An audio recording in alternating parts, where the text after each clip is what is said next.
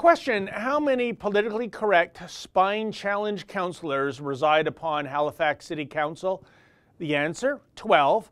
The same dirty dozen that shamefully voted to remove a statue of Edward Cornwallis, the city's founder, from a local park.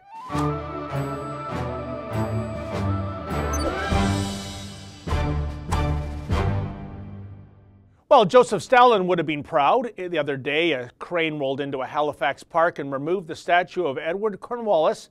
Old Ed was then strapped to a flatbed truck and whisked off to a storage unit where it will never be seen again, unless, of course, the statue emerges as some sort of booby prize on a future episode of Storage Wars. Cornwallis is now statue non grata thanks to protesters who say that Cornwallis headed up a so-called scalping proclamation in which he offered a cash bounty to anyone who killed a Mi'kmaq native. Now, according to a CBC report, the eradication of this statue will make for an awesome step toward reconciliation, at least in the eyes of Rebecca Moore, a member of Pictou Landing First Nation. But will it really? Does the absence of a statue actually change anything for First Nations people? The problem with historical revisionism is that it's so easy to be righteous when using the lens of 2020 hindsight.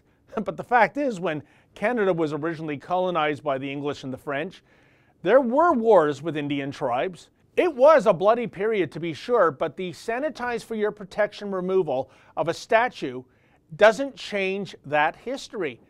And there was so much more to Edward Cornwallis than warring with the Mi'kmaq, including the fact that he was the founder of the city of Halifax. How tragic. Once upon a time, we could approach history with critical analysis and open debate, as opposed to embracing the tyranny of censorship. Yes, as the cliche goes, history is indeed written by the victors, but when it comes to revisionism, what about those inherent so-called teachable moments?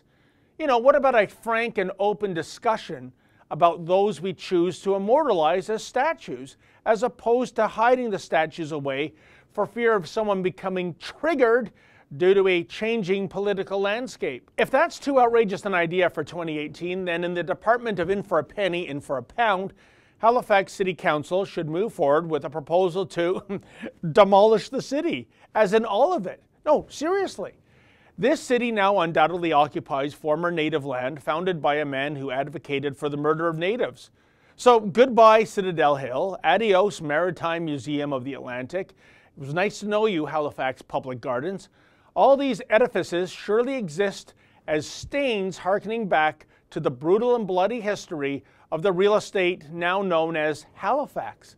You know, a century ago, Halifax was almost wiped off the map due to a catastrophic explosion of 2 ships in its harbor.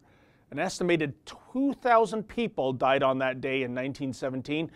But these days, the people of Halifax need not worry about steamships transporting deadly cargo. Rather, their concern should be with their own elected representatives, the majority of whom so willingly bend to the whims and desires of politically correct squeaky wheels.